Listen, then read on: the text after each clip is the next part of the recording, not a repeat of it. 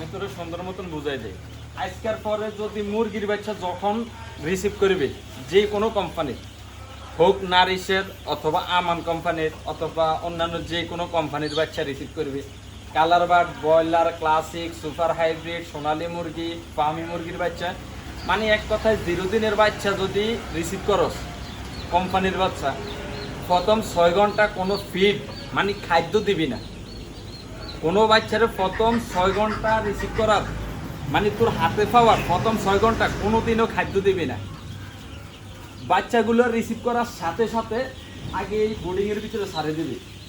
বোর্ডিংয়ের ভিতরে ছাড়ে দিই, শুধু পানির সাথে গ্লুকোজ দিবি। প্রথম 2 ঘন্টা চলব পানির সাথে, প্রথম 2 ঘন্টা কি গ্লুকোজ চলব। এরপরে 2 ঘন্টা পরে এই পানিটা ফালাই দিবি। এই পানিটা ফালাই দিই, আবার নতুন করে পানি দিবি। পানির সাথে কি দিবি? লাইসোবিট দিবি। লাইসোবিটের পানি আবার পরবর্তী 4 ঘন্টা চলতে থাকবো। তাহলে গ্লুকোজের পানি কয় ঘন্টা চললো? 2 ঘন্টা।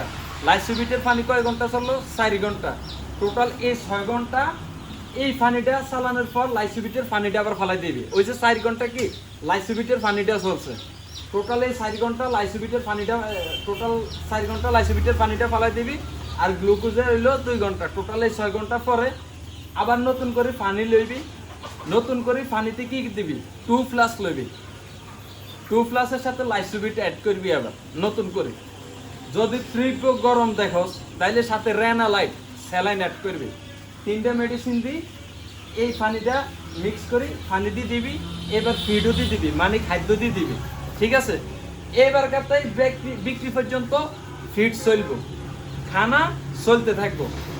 ঠিক এইভাবে যদি বোর্ডিংটা সুন্দর মতন করস তাইলে কিন্তু ভাই 100% ইনশাল্লাহ বোর্ডিংয়েও কি কোনো সমস্যা হবে না। আর সেকেন্ড স্টেপ হয়তো করে আরেকটা বলি দিই, এই বোর্ডিংয়ের ভিতরে একটা ভুল করিয়া রয়েছে।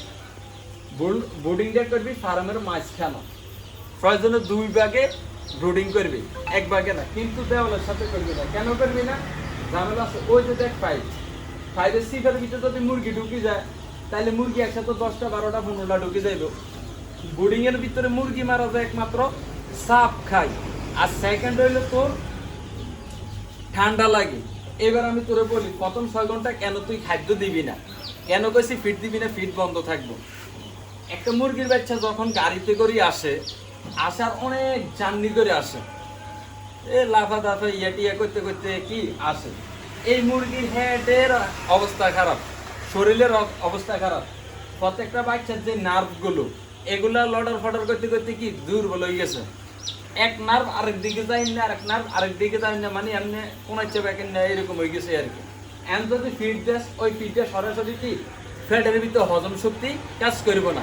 আর হজম শক্তির যে নার্ভগুলা, যে অন্ত্রগুলা, ওইগুলা সঠিকভাবে কি কাজ করব না, সঠিকভাবে এনার্জি দিব না, সঠিকভাবে মেশিনগুলা কি তারা তাদের ওই খাদ্যগুলা হজম করব না। এই কারণে কইছি গ্লুকোজ দিবি আগে, তারপরে লাইসোবিটের পানি দিবি। ওইগুলা খাইলে শরীরটার একটু শক্ত শক্ত হইবে, এনার্জি পাইব। ঠিক আছে, এবং আস্তে ধীরে রেস্টে থাকবো, 6 ঘন্টা রেস্টে থাকবে। এবং ওই এনার্জেটিক কি গ্লুকোজ খাইতেছে, ভিটামিন ডি খাইতেছে, লাইসোবিট যেটা হজম শক্তি বাড়ায়, হজম শক্তির যে নার্ভগুলো আছে ওইগুলারে সচ্ছল করে, যাতে করে পরবর্তীতে কি একটা সময় খাদ্য দেওয়ার সাথে সাথে কি দ্রুত মানে একটা শান্তি অনুভূত হয়, শান্তি ফিল করে, এবং দ্রুত যাতে হজম শক্তি কাজ করে। তাইলে মুরগি সুস্থ থাকবো, ভালো থাকবো, সুন্দর থাকবো। এই মুরগিতে কোনোদিনও কোনো সাইড এফেক্ট করবো না। যদি এই জায়গার ভিতরে যদি মুরগির উপরে যদি একটা দোকল যায়, একটা সাইড এফেক্ট পড়ে যায়, তাহলে ভাই এই মুরগি আবার যে কোনো সময় মানে এগুলো রোগ প্রতিরোধ ক্ষমতা খুব কম, রোগ প্রতিরোধ ক্ষমতা বেশি একটা পাইব না।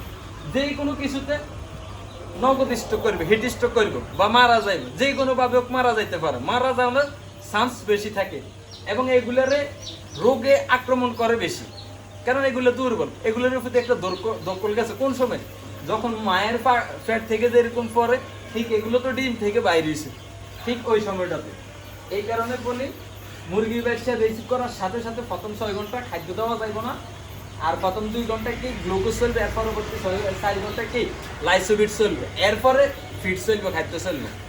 এরপরে প্রথম 5-6 দিন 7 দিন যদি বাচ্চাগুলোর সুন্দর মতন যত্ন করা যায়, সুন্দর পরিচর্যা করা যায় এবং সুন্দর ভালো একটা বোর্ডিং করা যায়, এই বাচ্চা যদি বোর্ডিংয়ে যদি একবার টিকে যায়, এই বাচ্চা বিক্রি পর্যন্ত আলহামদুলিল্লাহ ইনশাল্লাহ কিছু হইব না। আর বোর্ডিং এর ভিতরে বাচ্চা মারা যায় একমাত্র প্রধান কারণ হইলো একসাথে 15-20টা 50টা হুমানে বাচ্চা এক জায়গায় জমাট বাঁধে, ওই বাচ্চা জমাট বাঁধতে নিচে যে বাচ্চাগুলো পড়ে ওই উপরের বাচ্চা চাপে নিচের বাচ্চাগুলো মারা যায়। কথা বুঝছিস তুই? ক্লিয়ার কিনা তুই? পরবর্তীতে আর বুঝে দেওয়া লাগবে কিনা? আর কথা জবান দিস। ঠিক আছে। ঠিক আছে না? ঠিক আছে।